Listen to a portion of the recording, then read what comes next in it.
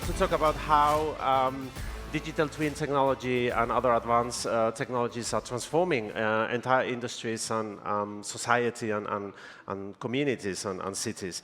To help us dig into that, we have Catalina Valentino and Joseph Michael Daniels, co-founders of Elixir, which is a company with a grand and novel vision to interconnect the planet by bringing together the first smart nations across all 7 continents by using technologies that you are developing that are aligned with the UN's strategic development goals. But aside from that, I should mention that Catalina, on top of being an entrepreneur, has also, among others, a number of roles, including senator and member of the Smart Cities Board to World Business Angels Investment Forum. She's also a special advisor to the UK Business Council for Sustainable Development, and also board advisor to a very interesting venture fund called Una Terra Venture Capital, which is a 200 million plus Article 9 fund focused on the circular economy. And Joseph's background is equally impressive. Entrepreneur at a very young age, founded his first successful company at age 23, Project Etopia, to revolutionize sustainable building. Raised more than $50 million and built the first net zero connected buildings across 4 continents, was that? Yeah, 4 continents. Exactly. And among other roles, Joseph also is a special advisor to the Department of Energy Security and Net Zero for the British government. He's also chair of decarbonization in the UK Business Council for Sustainable Development, and also he's co-founder and vice president of the Live Data Trust, which is an initiative that we'll probably talk about a little bit later because it's really, really interesting. So why don't we start by you telling us a little bit about Elixir. What are the key objectives and how did it all come about? Well, so we had a plan to create a series of different technologies in different sectors to address various different challenges. But what really spoke to us is that we wanted to address a multitude of challenges that enable smart cities. So what we've done is every year we're creating a series of different technologies which then interconnect to create smart nations. So what I mean by that is this year we've invested into and created built environment technologies, so around the housing and all of these different sort of challenges that we face there at the moment with, for example, planning. So the planning processes takes, 18 months maximum. We've now reduced that into about 3 months' time through digital twins. We've also then looked at education next year, then we look at infrastructure, we look at layering in the rest of the sort of mobility market. So you see that every year we're looking at addressing different key focuses of infrastructure. That's what we're doing. We wanted to really build solutions that drive smart cities. And so that's where we kind of, where Joseph probably fill on some of those technologies right now, because I know that you're excited to talk about those. Yeah, and the Smart Nations Toolkit is about understanding that there's a multitude of problems when it comes to a smart city. When I went and built in Namibia, Saudi Arabia, New York, and the UK back in the day, I realized that we're basically creating the same set of rules, but from different sets of data. So it's kind of like we're all just, the same building was built on 4 continents. They all performed slightly differently. Ironically, the ones in the deserts outperformed everything else, which you think is mind-blowing, right? But what it came down to was this red tape. Yeah. And this red tape kind of stops progress. Elon Musk said something really interesting recently, that the policy of human progress means that sometimes we get caught up in the legalities. And it's important to note that step change is required. And so when me and Catalina came up with the strategy of what we call Planet 2030, we acquired the domain planet.earth, so we actually own that as a website. So that will be our ecosystem where it lives. We realized that there is step changes in industries. So in decarbonization of old assets, we've got 220 million old buildings, 100 in Europe, 29 million in the UK, 140 million in the USA. Those assets are depreciating, even though they appreciate in value, they're actually depreciating in performance, and we don't have the right data, and the data actually is wrong when you go into them. So we developed a technology that addresses creating digital twins from measurement, from LiDAR. It takes that, it uses sensors, it combines that data to give you a source of truth that actually gives you outputs. And just in that instance alone, we realized the actual EPC was so drastically wrong that a company was about to spend £25,000 to fix something that wasn't broken. And another company was about to spend £5,000 on something that was totally broken. So it started to show us the data. So then what we did is, that was one of the first companies in the group. We realized off the back of decarbonizing cities, you need energy and data. Yeah. So we have a decentralized energy and data company that invests in decentralized data centers and energy systems that use smart technology, again, using digital twins. And then the third product this year that we launched, and all of these are commercially available internationally at the moment. The third one was MetaConnex, and that was really the first step into smart cities planning and digital twin infrastructure, and that's the technology Catalina mentioned. Now, if you look at these three technologies, whilst one of them is planning and infrastructure, smart digital twins, one is retrofit, decarbonization, existing buildings, digital twins, and one is energy and data digital twins and a consumer marketplace for energy and finance and data products. When you actually put a thread between them, you start to see the alignment. Because that's what the Smart Nations is requiring. When you see a space, a town, or a nation, there is a multitude of problems, and those problems are layers. So we have to innovate in each of those layers. And as Catalina said, next year we have invested already in health technology, which is going to then start impacting the person, education, and then I believe voting technology as well, and air mobility. So it's really looking at the strands, look at each of those strands, and say, how can we create step change as a key investment partner? Because we don't just act as an investment company, we co-found a lot of these companies. We have an incredible team that's done global technology. You've got Catalina leading as CEO, as one of the youngest dynamic people in STEM in the world. We've then got a back-end team that do everything from gaming engines to programming to software. And then curating that vision together, we're able to really impact, and also a really important thing to know about Elixir is we're not beholden to the startup world. Because we are Elixir, because we can invest ourselves, we aren't beholden to the economic requirements that the startup is, the pressures. So it means that we can act freely, we can do things, make impact, and really address these issues without feeling like we've got to chase the money. So we can really, address the problems. Yeah. That's an interesting point because, for this kind of transformational changes, time is required, and everything has its own time. The other interesting aspect of what you're mentioning is this holistic view that interconnects. Because when we talk about smart cities, or when we think about smart cities and so on, we often think infrastructure. But you're putting the human element at the core, as well as has to be cities that work for humans, but also for the planet, right? Yeah. Interesting.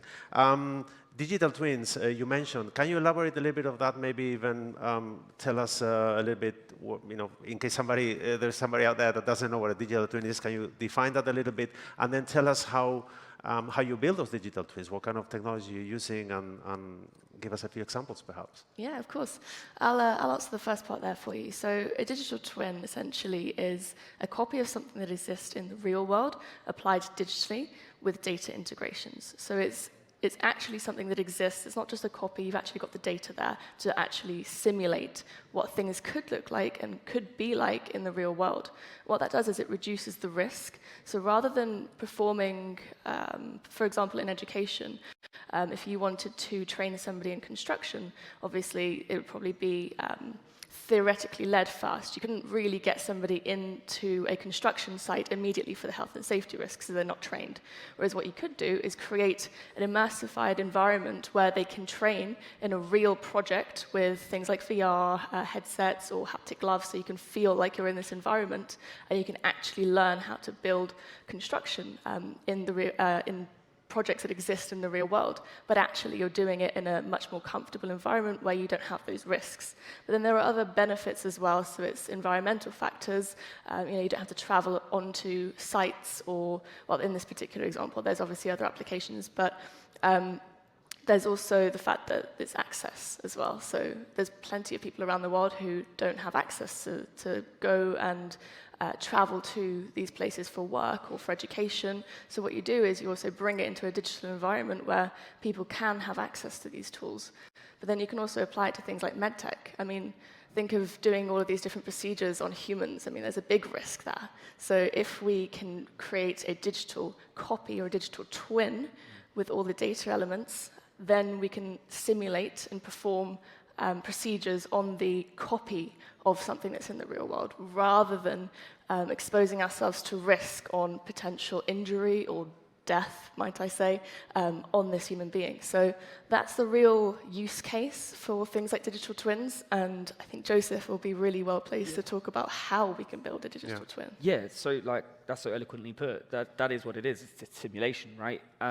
I speak with the Department of Energy, Security Net Zero at the British government, and with the Live Data Trust, which is the first government-funded data trust, because we work in 2D but live in 3D. But currently our world is in 4D. I know it sounds a bit mad, but what you do is you plan a city and everyone gets around paper, and then you have to send emails in text format to adjust what a city might look like. So you're basically building, the way I describe it is you're painting pieces of a picture and hoping it sticks together. We live in 3D, we're kinesthetic learners. Contrary to the belief that we can learn from academia is a process, whether it's hunting all the way up to skills on the job. It's three-dimensional. We learn in 3 dimensions. We measure buildings and we measure cars and electric in 2D formats as numbers. But it's a current. It's a volume. So the 4th dimension is linking the 2D with the 3D, if that makes sense. What you're doing is you're kind of saying, well, we as humans contextualize an understanding of, because we can't see electric, of what electric is. So we contextualize that with a number. That number is data, and that data goes somewhere and is somewhere. When you add that 3D object to that 2-dimensional data, you get a 4th dimension. What you have now is an opportunity. We just saw there's a town in Manchester you may know, so we'll say Manchester, just on the outskirts of Manchester, a place called Bolton. Okay. Bolton had a legacy from Industrial Revolution back in the 1700s, and it has beautiful architecture. But over the last 60 years, it's run down. I mean, really run down. And they had a plan. But what their plan was, again, was paper-based. So what we did is we took the whole city, we made a digital copy, which is like Google Earth. The best way to describe this technology I'm about to talk about, if Grand Theft Auto, the video game, met SimCity. Let's humanize it, right? And what we were able to do is work with everyone around one table. The head of climate, the head of energy, the head of finance, the head of place, head of regeneration. And we were able to, in real time, articulate and build using data. So using the energy data of the town, using the mobility and transport data of the town, using the green space data of the town. And then what we did is we took that environment and then we took into consideration what their needs were. So we said, what does the town want to achieve? What have your residents, what have your humans that live in your town told you? By taking that human element of what people did, by taking that 3 dimensions and adding the 2 dimensions 4D and having collaboration, as Kathleen rightly put, within less than 4 weeks, we were able to unlock $500 million in gross domestic product for the town.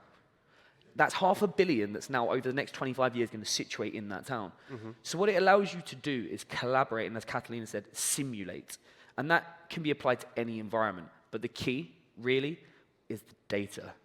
And we'll get on to, I think, the quality and the security of that data and how you share that.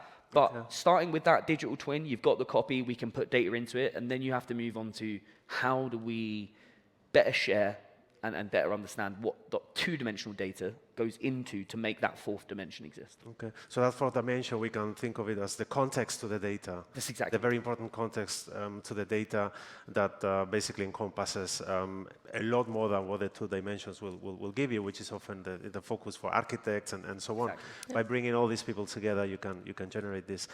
Data accuracy, you mentioned, and the Live Trust, the Live Data Trust. Yeah. What is that? That's really interesting. I'll take the front on the Live Data Trust, okay? I worked with a building research establishment for some years, and again, the data was wrong. Yeah. So you've got Excel spreadsheets, right? And everyone's got this legacy data. You have to remember as well, Windows really only became commercially available to Gen Pop in the late 90s. So it's only 20 years, right? And there's 100 years of building data, right? Yeah. So and now we're in this AI age where data is now in different formats. You've got JavaScript, C++, you've got all these different code languages, right? We noticed heavily, and global head of BREEAM, which is the biggest sustainable building certification in the world, is president of the Live Data Trust. He's a co-founder. Because what we realized was we were going to organizations and people and towns. So we were doing, me and Catalina were working on the LiDAR tech company, Retrofit, the energy and data company. We're working on the Smart Nations Toolkit. But when we're collaborating with partners, SDG 17, we realized that certain parties wouldn't share data with certain parties. So we really understood that there was, to create a smart nation, you need to have the public information, like public data and public sector, and the private organizations. They need to collaborate. Yeah. And what we realized is that the reason there wasn't collaboration happening is because everyone's holding onto their IP, but ultimately there was no formatting or structuring of said data. There was no way of a company that's in construction plugging their data in with the council in real time. And so we got together, myself, Catalina, Tom Fenton, and Shamir Gumra got together and said, well, what if we funded with the UK government a non-profit organization that focused on that? Because when we're trying to build what we're trying to build, the Smart Nation stuff and the toolkit, it depends on collaboration. You can't create a digital twin. Do you see what I'm saying? So the Live Data Trust has been quite an important, we call it a non-market. You've got primary, you've got market drivers, you've got market and non-market. It's that secondary kind of non-market bit where it's like when Uber lobbied to have their taxis in London against black taxis because it was gig economy or Deliveroo. It's that kind of bit that you have to do as an organization and a business. But it's probably, I'd say, one of the underpinning pieces of our group now. Yeah, it has to be because of the accuracy. I mean, a lot of data right now, especially in the built environment, is inaccurate. So we need to now create accurate data. And that's what we're doing with the Live Data Trust. And there are things, I mean, you're all familiar with like ChatGPT, for example, a large language model. And I think now they've actually added a little line underneath the entry bar where it says ChatGPT can be wrong. And that's because of the inaccurate data sources that have been imported into the large language model. And so what we have to be doing going forward is making sure that when we start creating any model in the future, we're looking at where those data sources come from and making sure that they're accurate and we can create accurate results with the accurate data. Yeah. Interesting. And so you're talking a lot about data, which is central to building reliable models, models that can predict, right, using AI and so on. There's another revolution happening. I know that you guys have your hands on it as well, which is quantum computing. How do you think that is going to impact everything, and particularly, smart cities? I'll take the data. You could take the rare earth bit. Oh, yeah. So there's two pieces to quantum that we need to understand first before we understand what quantum is. Yeah. But to normalize it and to make it very simple, it's very complex and expensive materials, extremely expensive and complex. And Catalina will touch on some of those in a minute. And it's about data processing. Ultimately, the reason that we're trying to make this quantum step to computing is for one reason, the volumes of data and compute. Our brains can compute at a certain amount, but what we also have is creativity and agility. That's why AI won't replace us in that format. We have a very unique subconscious aesthetic to our nature, which adds a layer of data. So if you think about us as data, one data is the information you get in, the other data is the information and the growing up and the nurture that you've had as a human. When you come to normal computing is just computing power. It's what ChatGPT is driven by. It's a bunch of computing graphic cards stacked using volumes of energy, computing as many processes as fast as it can so it can gain more than human intelligence. It's basically saying, well, I can search swaths of volumes of data in very quick time. Quantum computing is essentially taking that next step and being able to not only compute existing, but start to understand relationship and testing. So if you had a digital twin and you were simulating a city, to simulate that city over, say, 1 billion examples and scenarios based on the data, is heavy compute. I mean, it would cost fortunes to do it, and it would take so long to do. Quantum allows you to take that step where you could click your fingers and you simulated 1 billion scenarios and got rationalized results. But then coming on to, I'll hand over to Kathleen now, that there's some quantum computing as a built asset is extremely hard Do you want to jump onto some of the rare earth stuff? Yeah, absolutely. Well, one of the companies that we're investing into in 2026, I think, is looking at the manufacturing of rare earth elements. So where we're talking about quantum computing and the end result for these materials, we've actually got to take it right back through to where the origin of these products start. So how do we build these things? So there are 17 rare earth elements, things like scandium, yttrium, neodymium, and things like that, where we can actually, with their luminescent properties or their magnetic properties, sorry, long day, with their luminescent properties, we can build things like CPUs, GPUs, and then from there build technologies. So your computer screens, your phones, there's luminescent elements where we can build phones from these elements. So everything around us technology starts from these rare earth elements. So we've got to take it right back to that and say, well, how are we going about building at scale? Right now, I think China controls about 80% of the market when it comes to the mining of these rare earth elements. So now it's thinking, how do we even begin to try and build these if China owns the production value? So that's where we are really trying to unlock with the Middle Eastern market right now, looking at how we can potentially manufacture in some of these countries, how we can export, because obviously right now they're all owned particularly by China. So Joseph, you had a really fantastic idea around building communities around these, because obviously when you mine, you usually leave a lot of destruction behind, but then the angle which we're talking about, and everything's all about human benefit, because at the end of the day, technology has to be about human benefit, is then how do we create communities around what is left from the mining and manufacturing of these? And I think the reason it's so important to bring this up is that quantum computing can't be owned by the few. As it stands today, the access to the rare earth markets are controlled via the likes of the major manufacturers of electronics, so AWS, Amazon, Google, Apple they were buying supply chains in the 90s and people weren't thinking about it, and everyone shouted about lithium. It's not. It's about these rare earth minerals. These materials need to be commercially available to humans and startups. Quantum computing, whilst you can design a quantum computer to actually then go and build it, it's all about these resource materials. So when you ask a question about what's next for quantum computing and AI, well, it's going to be controlled by the few. So a big focus that we're doing at the moment, as Catalina just said, and the reason for bringing this up is that in the Middle East, we're working on a program of rare earth mining, turn them into smart communities that foster innovation. Because like the diamond mines and copper mines of age and oil industry, the new economy is a clean tech economy. Quantum computing will 100% be run by renewable power. We're all invested in 10 years. The discussion won't be around climate change and energy anymore. It'll be climate and materials. Who's taking the next step in quantum? Who's taking the next step in AI? That's going to come back to who has the materials and the innovation. And so that's such an important topic to focus on. When you think about this next step in technology, we must also think about the supply chain, because we play such an easy role right now as organizations investing in startups, where we just accept that, like Google and Amazon, we just host it on their cloud, and Microsoft. Yeah. But that's really not a decentralized community. Actually, if you think about it, like 90% of the world's data outside of China and controlled countries like Russia is owned by like 5 companies. And NVIDIA just owned everyone else's. Yeah. NVIDIA just became the number 1 most valuable company in the world. What do? GPU. So the company that overtook Apple this week, they compute GPU. GPU is quantum. Yeah. And why? They've got the supply chains. Yeah. People don't think about the supply chain access. It's very important when you think about the technology, but not what's behind, right? The whole building the technology. The industrialization of the technology. You mentioned also something really important. I mean, you bring in the human element also back to the center, which is important because a lot of people may feel that, what happens with the mortals, what happens with the smaller companies that don't have the firepower to acquire or have access to these kind of technologies.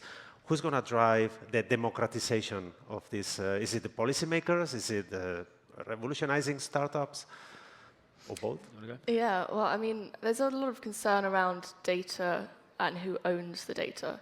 I mean, right now, if you think about the amount of data we give away, it's probably quite a lot without even really caring or considering that. But there are ways for us, I mean, again, relating it back to something that we're doing, the Live Data Trust, for example, there are ways where you can own your own data as well. So that's something that we can try and look at and explore and talk about probably in a minute with Joseph. I know you're nodding your head, getting all excited now. But yeah, so there are ways where we can now create trusts and own our own data sets. Yeah, I mean, I've got 15 seconds, so let's like close it off on the fact that humans are the most important point. AI is a tool. Yeah. The new jobs of mining and the new jobs of construction won't be done primarily by robots. Mining is almost impossible to do with just robots. Yeah. So when you think about the things that come to build the compute, that's where we should focus our energy, on being the human element to build the compute, and then securing our data.